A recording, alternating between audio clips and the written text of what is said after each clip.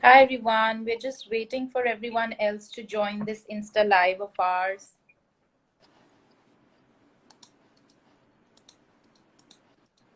And also we have about a few minutes.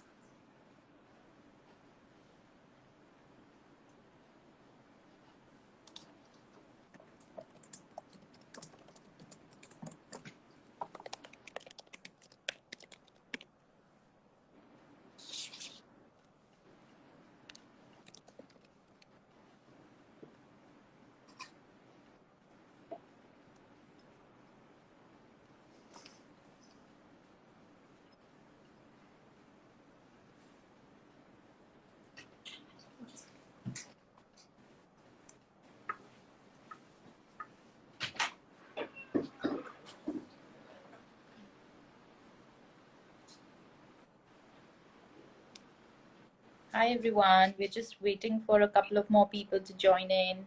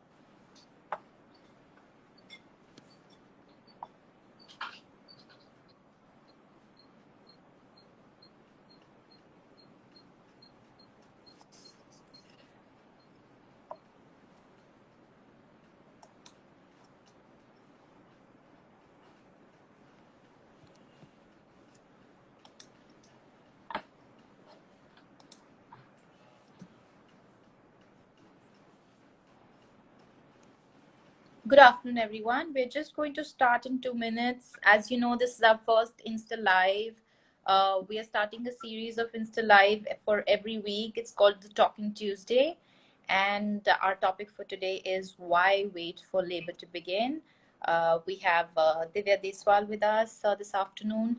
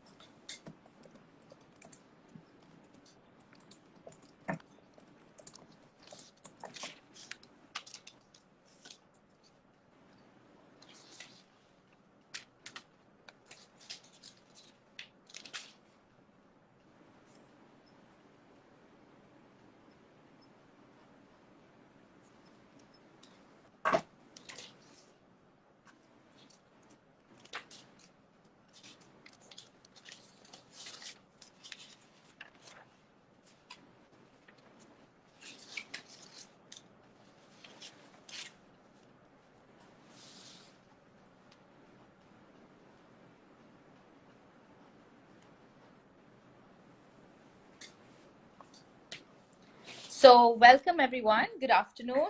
My name is Tanvi Sharma. I am one of the co-founders with My Child First, and thank you for joining us this afternoon for our Talking Tuesdays first topic. Why wait for labor to begin?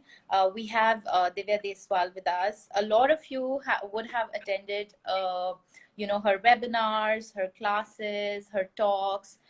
Divya brings with her 20 years of experience in the childbirth education space, and she's also a craniosacral therapist. She has, she also practices somatic experiencing. So this afternoon, we are going to speak to Divya on why we should be waiting for the labor to begin. A few of you also had sent us some questions, so we are going to bring those questions up during our discussion. So over to you, Divya. Welcome. Hi, good afternoon. Thank you for joining us. We are with My Child First. I'm also one of the co-founders of My Child First, and we had 3 questions that we had got, and we had posted them up on our latest poster. And the first one said, EDD is an estimate and not a cutoff. And so, when people are going into labor, in pregnancy, and they go to the doctor, the first thing they find out is what is the expected date of delivery. And then it becomes due date and due dates, and then it becomes due date, and then it becomes kind of fixed on your calendar as a date where you think that's the heart where I will meet my baby. And this sets up an expectation, because very conveniently, nobody tells us what the E stood for. So E means estimated, which means there was a certain equation or a certain formula applied to say that if this was your last monthly period, then this is the 40th week, and that's where it is. But where did it come from?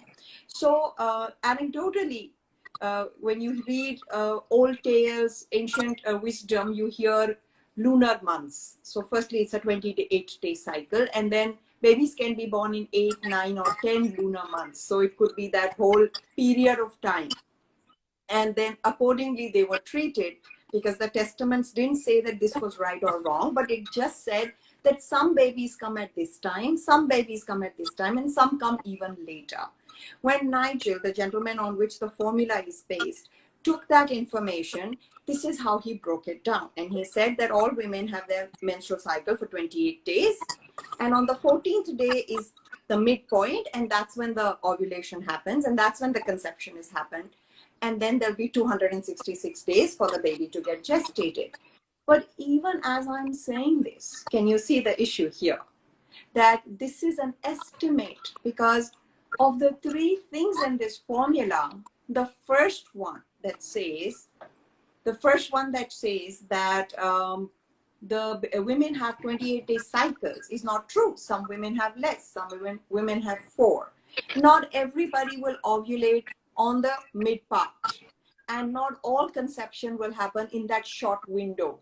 And the most important is that when we see each baby's gestation, they're not robots, they're human beings. And so that gestation is 266 days, which is just an estimate or an average.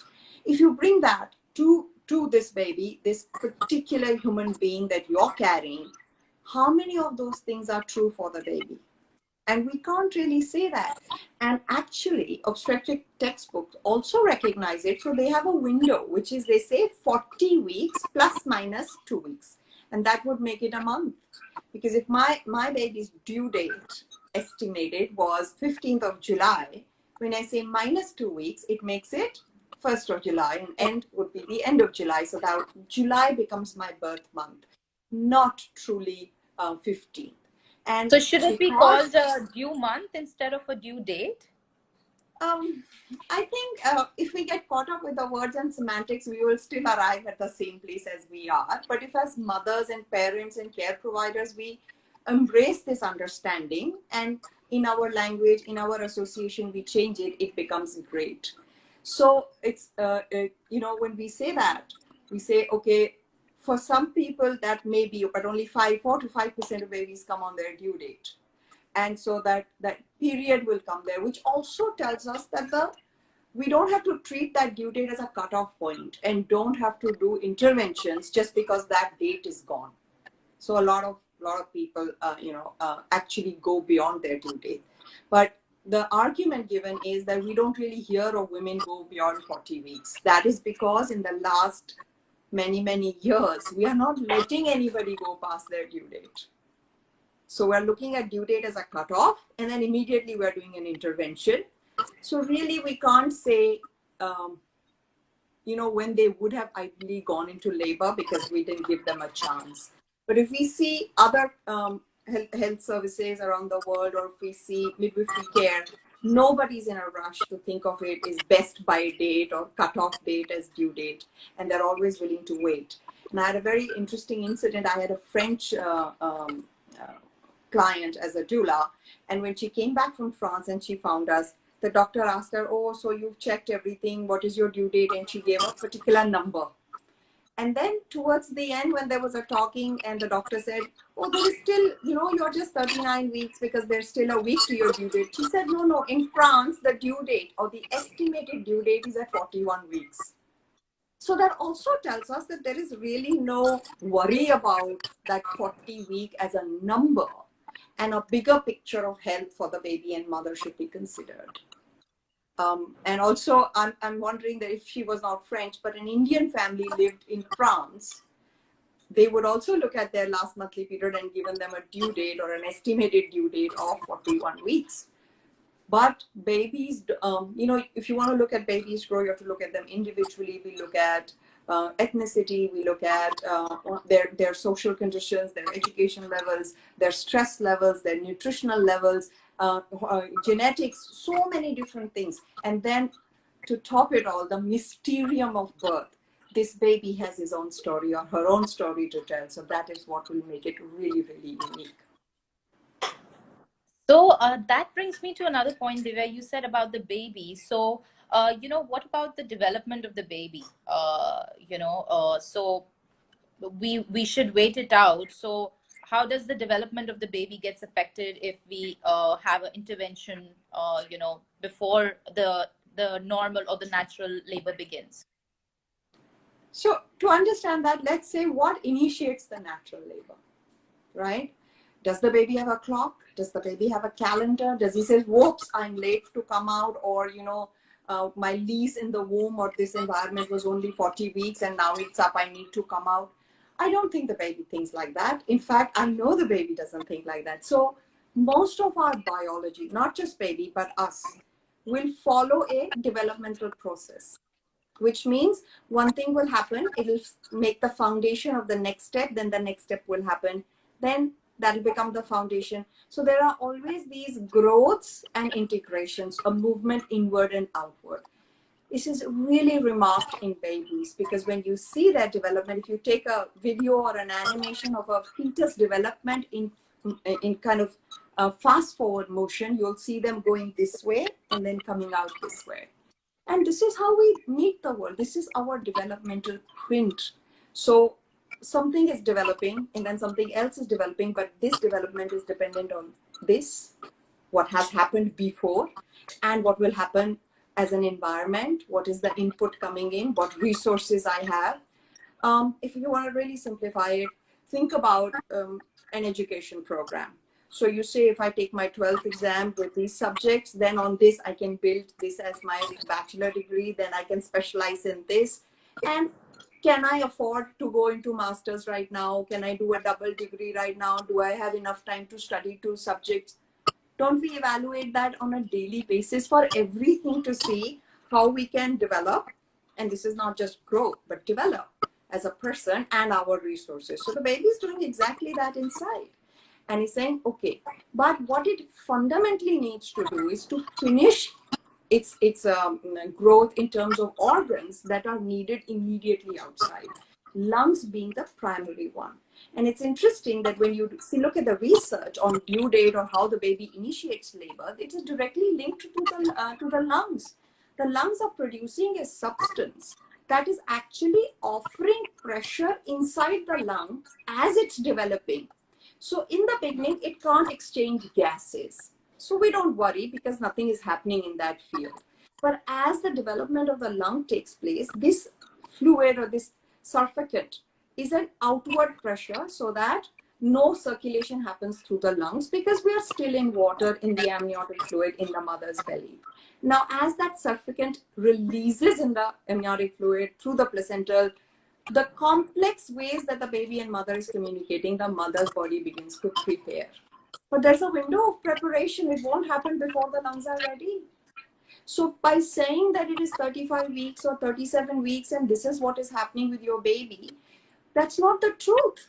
That is actually a reflection of a collected data that for majority of babies, by 37 weeks, this is happening. By 38 weeks, this is happening.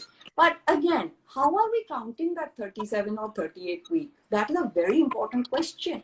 So we're still counting it from an assumption of gestation. Was the baby truly conceived at that moment that we had considered? Possibly or not. So instead of trying to conjecture so many things, why don't we leave it to the wisdom of the baby, which says, as the lungs will prepare, it will signal to the mother. There's a massive mechanism of signaling between the baby and the mother, both inside and outside. That's what biology is given up when we say birth is natural. These are the natural processes that are already put in place. So can we let the baby then signal to the mother and decide when it's right time to come? But lungs are not the only thing. So, when we go to doctors and they say, oh, you're 40 weeks, what's the point of keeping the baby inside? Well, here's the point of keeping the baby inside. That as the baby is growing, and we say 40 is your cutoff, but actually that is not the 38th week of his gestation. We don't know. Even though people say that the first trimester ultrasound is a more accurate age, agreed, but it's the age of the baby. We still don't know how much time he needs to cook. And I'm going to give a cookery example. So a cake, which always has, instructions given of how much sugar and ingredients, and also how much temperature, how much time, each oven will cook it differently. This is a human baby. So even while we can quite well estimate his age from a first trimester ultrasound, which is a gestational age, that if I can see the lungs functioning, then it is beyond 22 weeks. And I'm not seeing this thing function, so this is the window. We can't say how much it took him to get ready. For that, we still have to defer to the baby, because baby knows best. And so we wait. But the lungs are not the only thing that is preparing. The mother's body is being prepared in different ways. So there's prostaglandin that is softening the cervix. There are receptors on the smooth muscles of the uterus that get more active and abundant over a period of time as oxytocin gradually increases in her body, which means that 2 days earlier, if the capacity to sustain or receive oxytocin was X, it may be something more than that after 2 days. So even if we've negotiated 2 days before intervening, we've given the body that much better chance to receive, this thing. But then that's one of the things. But the mother's body is producing antibodies for the baby. Now she knows that the baby's coming. So the colostrum, the vaginal fluid, all these different things are getting ready for the same process. And that is what nature's kind of already put into place.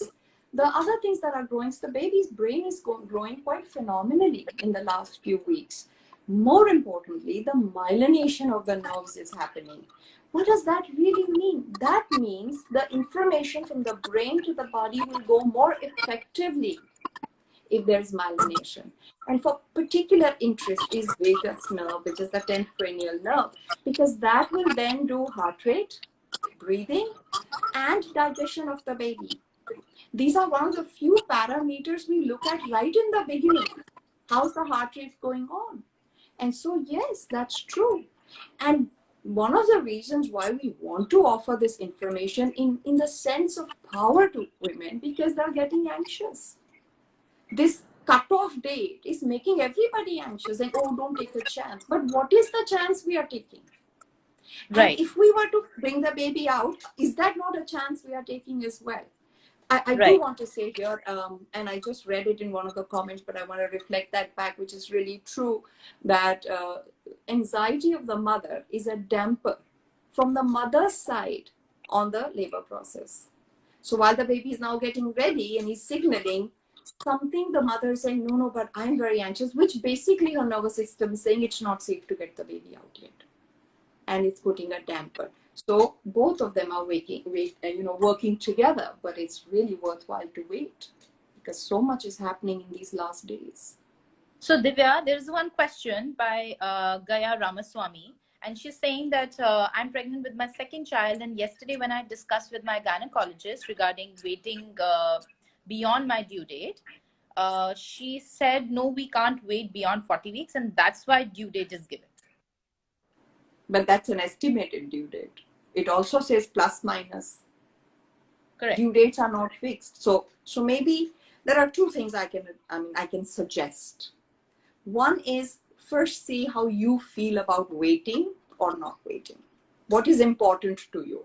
Because if you're going to choose the ideal or the perfect path and get anxious about it, that's counterproductive. So what you want to really do is to first tune into yourself and saying that my doctor is saying this, she's my care providing team, but I strongly feel this. And this is what I am most comfortable with. So it may not be an ideal situation since you are in a situation like this, but it would be, this feels better for me than this. And then take the next step on that, which could mean discussing it with your doctor if she's open to it, or getting a second opinion. But it starts with you, because more than anything that your baby feels about the world, in reality of what's happening outside is your perception of it. So it's really important that even when you're making these decisions, which may be not what evidence says, will not be ideal, but this is where you're at, and these are my options, which one feels the most simpler for me to do? Because finding that place of saying, oh, I can be with this, is also a signal to the baby saying, oh, the world is safe again. So I wish I had a more, let's say, ideal or a more practical or a more definitive answer, but there isn't, because doctors are people. But when she says that, oh, that's why it is a due date, you're not penalized for not paying your bill on due date. It's not like that. So ask her what the E in the EDD stands for. And then when we take an estimate, there's always a 10 to 15% up or down for anybody. That's why we say, oh, just give me an estimate. And we don't hold the person to that number, but we know that it can go up by 10% or 15%. So ask what the E is for. So you also mean that because of the mother's anxiety, that could be a psychological disadvantage. Yeah, not just psychological. All psychology is in the body as well. Right. There is a bodily expression, which is there's neurochemistries, there's muscular tightness. There's so much to do with fear.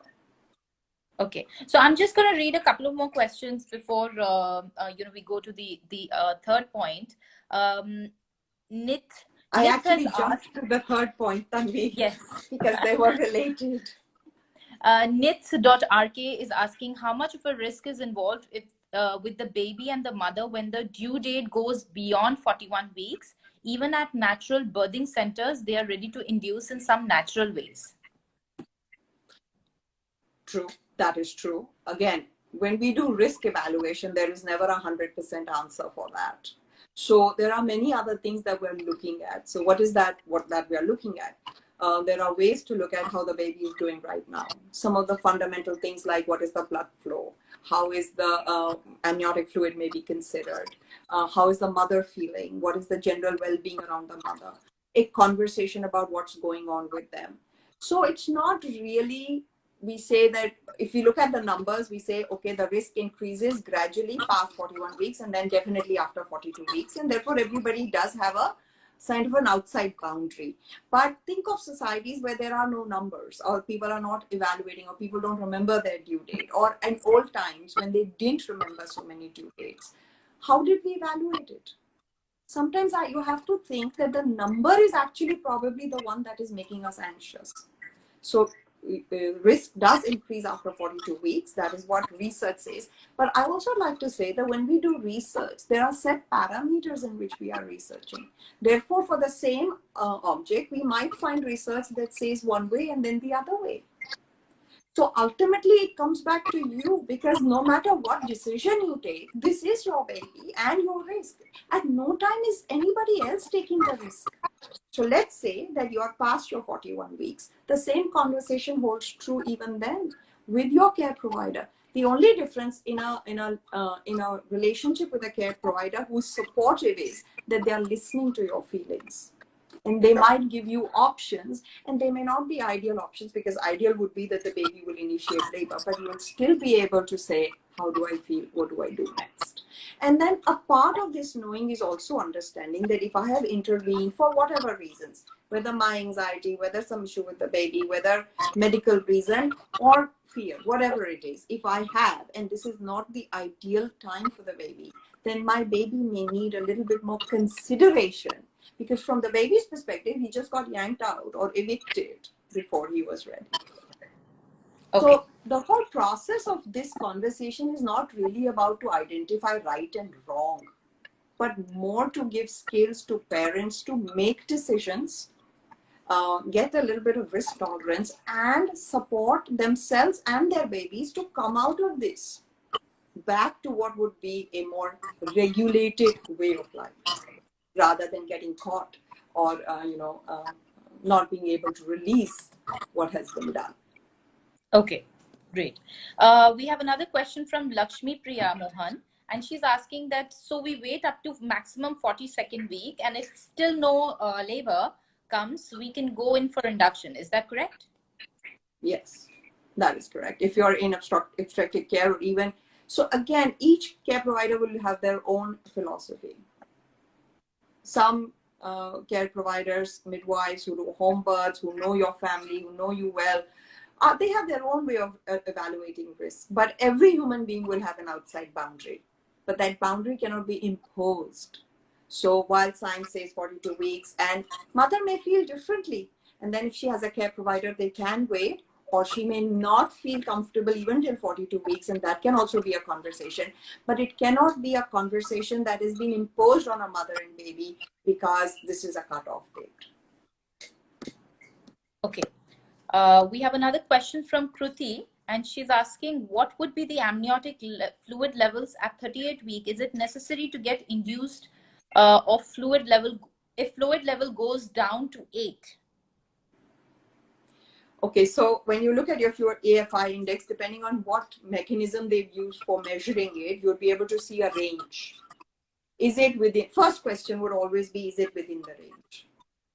Just as an evaluation. If it is already within the range, there is no urgent rush to get the baby out now. Then maybe, because look at the weather around. Say, for example, I have a mom who I'm supporting, and at this, it's 8 at 38 weeks. Look at the weather around you. Have you hydrated well? Give yourself 72 hours of good hydration, including salt balancing. So maybe 3 nariyal pani. Let's review it again in 3 days. So 3 things can happen. A, the fluid index goes up. No problem. It was dehydration. We've solved the issue. Let's move on. Number 2, despite doing everything, it stayed the same, but it's still not decreased. And so can I maintain my level of hydration so that I can buffer it? And number 3, it is reducing, which says that despite my best efforts, something is going on with this baby. How much is it reducing? Only then can you evaluate whether this is a matter where you should intervene or not. So most interventions are not, especially around induction, are not like, oh, it's an emergency, let's get the baby out now. If it is a true emergency, that would be a cesarean. This is an emerging situation. Something is changing, so we're watching. A good conversation would say, this is what is happening, this is what we are watching, these are the consequences, this is the time frame we can wait in. And then we're observing it. And if anything changes towards an emergency, then we go in that direction, or it points in that direction, then we choose an induction. Otherwise, we don't. There are a lot of women who've had supposedly low AFI, and 3 days later after hydration, even with the baby moving, find themselves that now, oh, now it's nicely buffered. Because it's the timing. If we had done that ultrasound 3 days later or 2 days earlier, maybe the results will be different. Okay. We have another question from Rishti. Rishti is asking, I wanted to understand that my gynae says that we might need to induce pains before 40th week since the baby's abdomen is not growing sufficiently. What do you suggest about that? Okay, so I don't want to comment on a medical condition. If she's saying that the abdomen is not growing sufficiently, there will be an ultrasound that will write it down. And then there will be a diagnosis that she will do on it, which she will put in writing. So when we talk about waiting and estimated due dates, we are definitely talking for women in the range of low risk, normal, natural, healthy pregnancies with healthy babies. If there is truly something that the baby's growth is affected, then that is another conversation to have, and for you to understand what are the signs that you're seeing that indicate that this baby needs to come out now. Do you understand that? Do you get a chance to evaluate it, maybe get a second opinion on it? But it has to be on paper. It can't be in the air. Because if it's the truth, they should put it down. That's a genuine medical reason. There are medical reasons why the baby should come out early, and inductions are done. So I'm not denying that at all. That was not the conversation. But if they are saying that the abdomen is not growing, then they will have an ultrasound result and a clinical correlation where the final authority, your doctor, will write down a diagnosis on which the action has been proposed. So your options are laid out from a condition.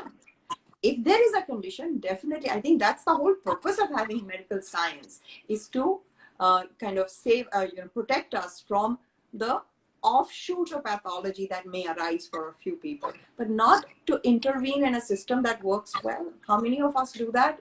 Systems that work well. How many times do you open up your car if it's running well? Or take it to a to the garage? And last time I asked this question to somebody, they said, oh, but we send it for servicing regularly. So I want to tell you, that's the difference between nature and inanimate, that the servicing system is within us. And one of those systems is called sleep. So when we sleep, our body repairs and gets serviced for the next day. So it's not servicing I'm talking about, but do you get your engine opened if there is nothing wrong with your car and it's running? True. So if it is making a sound, or if it's giving you trouble, that's the time to take it to a specialist, to a mechanic. True. Another question from Febzan. Febzan is asking, why do most doctors opt for induction at 39th week, even in a normal pregnancy? Technically, I can't answer that question because I'm not a doctor. And I think that is one of the questions we should be asking doctors, but I don't think doctors have much tolerance for our questions. There was a study that said that the risks increase considerably after 39 weeks. And then they had listed out some risks, and they had listed out 2 studies. This was an ACOG paper. And then they went back and said that, no, when you look at that study, it doesn't really come to that 39 weeks. But you know how things are. Once we hear a negative, it's very hard to push it out of your mind. So now everybody is doing conservative or defensive medication. And I think primarily because doctors don't study the growth, developmental, psychological effects of what babies go through, or what anxiety can do to mothers. They study it afterwards. That, oh, if you're anxious, then, if you're anxious, your fertility is affected, but your birth can't be affected. Your baby's development is not affected. But they're not looking at the links that this might be cause of anxiety for the baby, because that's not how they're taught. And a majority of our life, I think we live with paradigms that are already fixed as templates. It's called subconscious program, or social programming, or educational programming, cultural programming, subconscious programming. So perhaps they've not looked at the other side of, as the baby is born, then you take the baby home, then whatever happens in the rest of life, we've not seen the correlations yet. Maybe that is why. But I really can't answer that question, though it's true. 2 questions which we had received prior to this session. First was, is it true that induction of labor doubles your chances of having a cesarean? So the word doubles is the problem here. Because humans are very individual, therefore, those 2 studies will not produce similar results. We let's say that there is nobody else in the world like me or you. We are all unique in our way. So to answer this question, I can tell you the process that may lead to more intervention, including cesarean, but I can't say the word double. Double is a very fixed number. So if for most people, if you have decided that this is the baby is ready, but the baby is actually not ready, the link between the baby and you gives a very clear signal to your body, which is pregnancy. Keep the cervix shut, because we need the baby to grow fully so that he can survive outside. Now, if the induction is done at a point where the baby was not ready, then despite of all the medication and the pains you take, your cervix will not dilate. That will become a C-section. So right off the bat, we have opened ourselves to a possibility of a C-section, because we cannot know how it will behave, because we don't know how ready the baby and body are. There is something called the Bishop score, in which you can check how the body, how the cervix is today, but that is not a testament of what will happen tomorrow. That is just the retrospective story of what has happened till this moment. So when we look at the Bishop's score, was really good, will induce you, that it may not be the truth. The cervix is soft and seems ripe, but wasn't quite ready to open up. Think of all the people who go for a holiday and pack 3 weeks ahead of time. And think of people who pack 2 hours before the flight. Cervix is like that. We don't know its nature, where it's going. That's number one. Number two, induction does come with its own mental anxiety, but it also feels in the body as something is done from outside.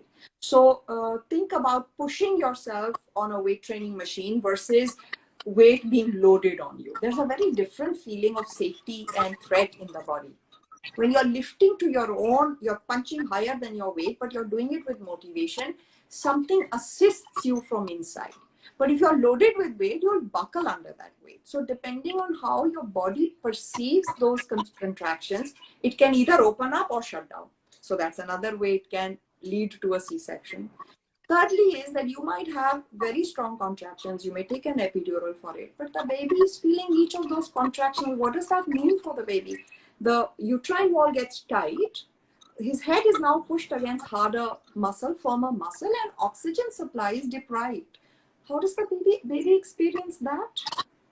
We don't know. So fetal distress, and that might become the reason for your C-section. So we have opened up many opportunities for things to escalate to a C-section by intervening. And that is true for any intervention. When we bring in something from outside, that is not endogenous to our body. That's not, we don't have mechanisms to deal with it. Depending on how we perceive it, we will either open up to it or shut down to it. And that is why there are more chances of C-section. But stress also does that to you. So really, we're not comparing. I want to simply say, drop the objective. If you do want a higher objective, the objective is to work for the benefit of the baby. And then that means tuning into the baby, asking the baby, feeling yourself. If I feel comfortable, if I feel open and expansive, chances are my body will open up. But if I'm feeling, oh my God, then that is so much more effort is needed to open up that cervix. It's the muscle. And you know, when you have mental stress, your neck hurts, your back gets tight. Muscles transfer that tension from one to the other.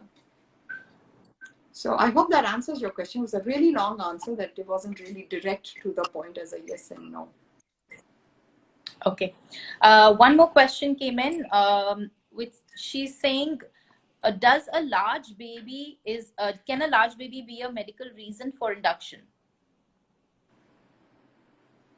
Okay, I want to understand that baby. Is the baby already large? Then it doesn't matter. But the baby is going to become large. How do we define that? But more importantly, why will this baby become large? Again, I want to bring your attention. We are talking about waiting and letting nature take its course for women who are healthy and low risk, which means the baby is healthy. So if the baby is healthy and the mother and the baby's body are synchronized in biological processes, then why would any baby become too big to come out? How do you explain that in terms of nature's perspective of procreation? I cannot understand that. So unless the mother's body has a pathology or a metabolic dysfunction, why would the baby become bigger? Also, remember, this baby was a germ seed in your ovary when you were a fetus in your mother's womb. So this cell has the wisdom of your growth. It knows exactly what your pelvis looks like. The second part of it, what part of the baby is big? The head, the shoulders, is scrunchy. Everything is movable. The mother's body is also movable. So if this is the pelvis, this is the head, this can increase in size and this can decrease in size, then where is the problem of what defines big? Big. So I don't understand the big baby. Tall babies can look high in weight, but they're just tall. Which part is considered to be big to pass through. So we are talking about big babies from a paradigm of doctors who see pathology, who have learned to deliver women in lying down where neither of the joints become mobile, and have a baby push upwards. So it's really counterintuitive to giving birth. And therefore,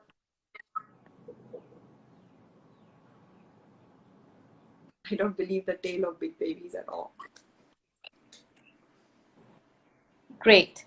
So that kind of answers all our questions. In case anyone else has any questions, you can post it in our comment section. I hope we were able to address most of your queries. And okay, so another question came up. Is there more risk in second pregnancy than the first? In case of normal delivery, wait beyond 40 weeks? No. Because mechanisms of growth of the baby are developed from the baby's body. The placenta, the cord are a part of the baby's cell. For the baby, he's not a second baby. He is the baby. And yes, gestational ages may change between the first and the second baby. That's the dynamics of this baby with the mother. It could also mean that this mother's body is matured enough or has experienced labor before. So some of the receptors are easily matured. It's not a new journey she's taking. But having said that, why should there be any risk to the baby? Because for the baby, the placenta, the cord, the amniotic fluid, the membranes are his cells. They have nothing to do with the mother. And so, no, I don't think so. Great. So that brings us to the end of this live session. And thank you everyone for attending this session. Sorry, Divya, just one last question we are going to take by Nith.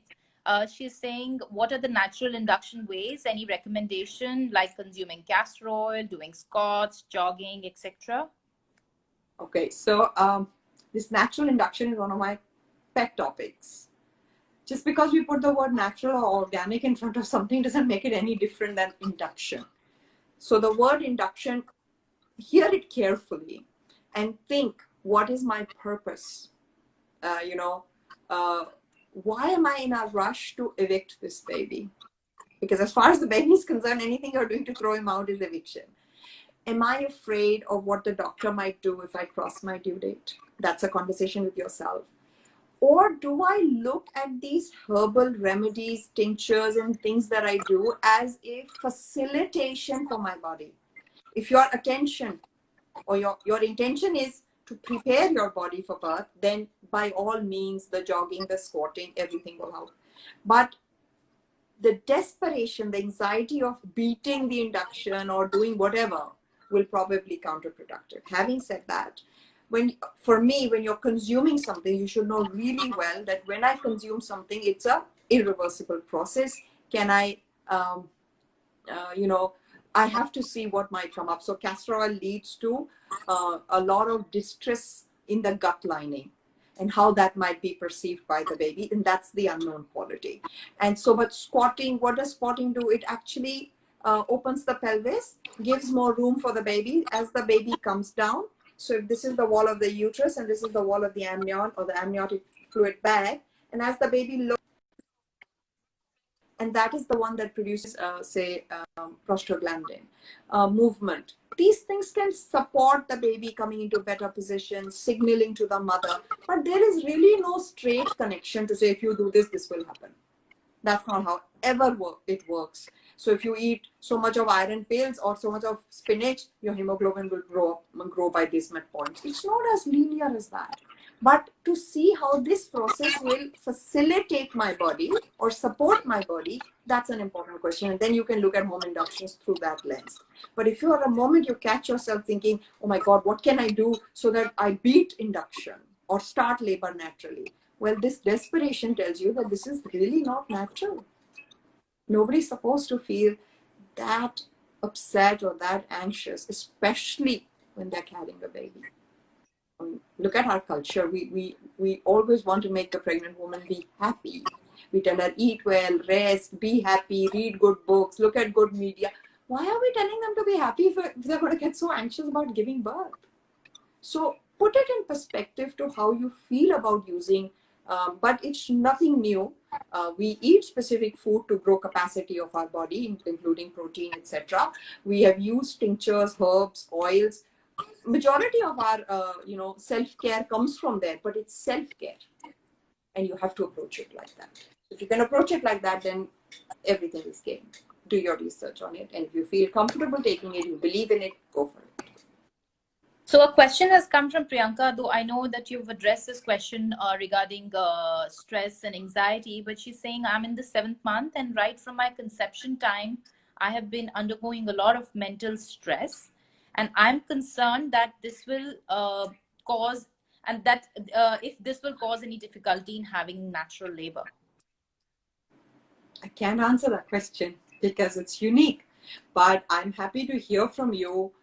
Maybe not today, but maybe, you can write to us on our email and tell me, what is that stress because of?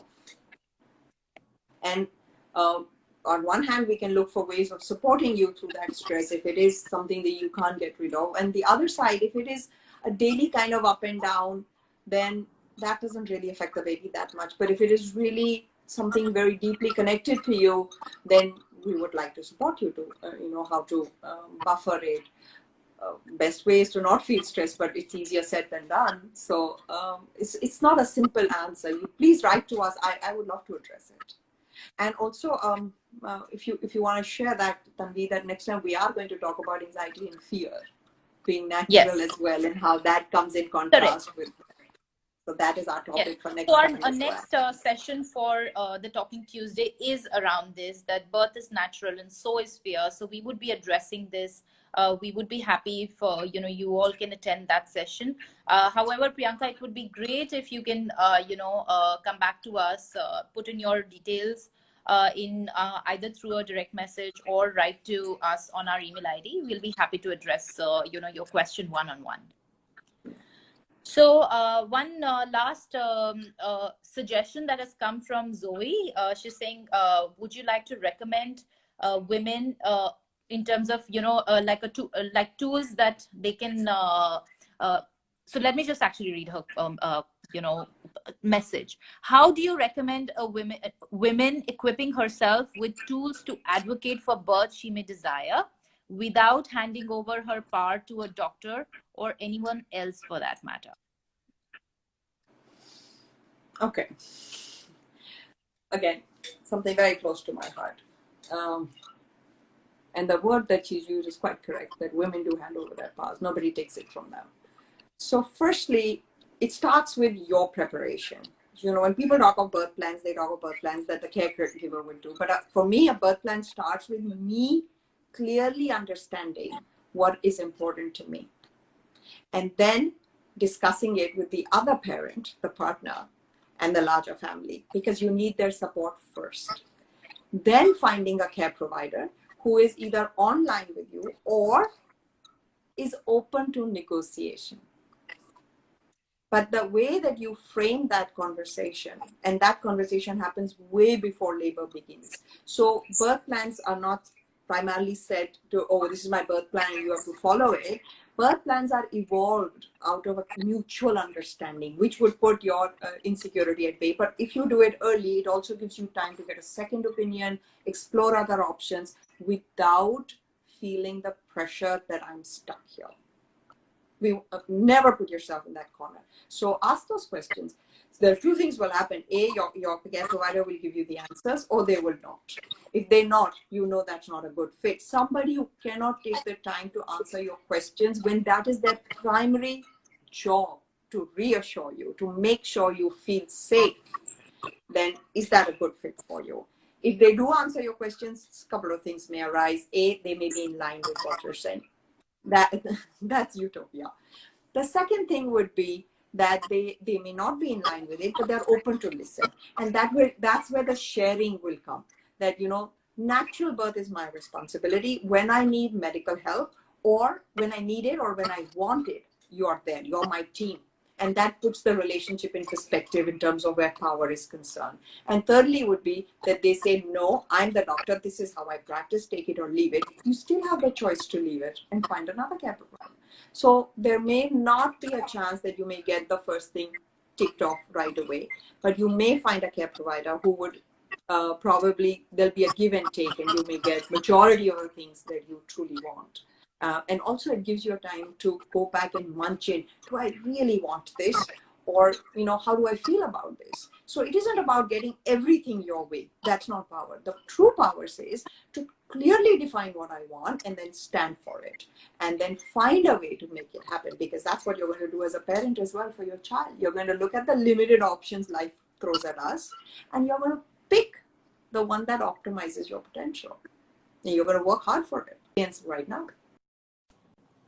Does that help? Great. So I think that brings us to the end of this session. Thank you all for attending our Talking Tuesdays first live, Insta Live with Divya Deswal on this topic. Our next session is going to be next Tuesday, and the topic is around fear and anxiety. So we will be posting details about the live session on our Insta handle. Thank you so much all for attending this live session with us, and thank you, Divya, for answering all the questions so patiently, and thank you all. And thank you for listening to me. Thank you. See you next Tuesday.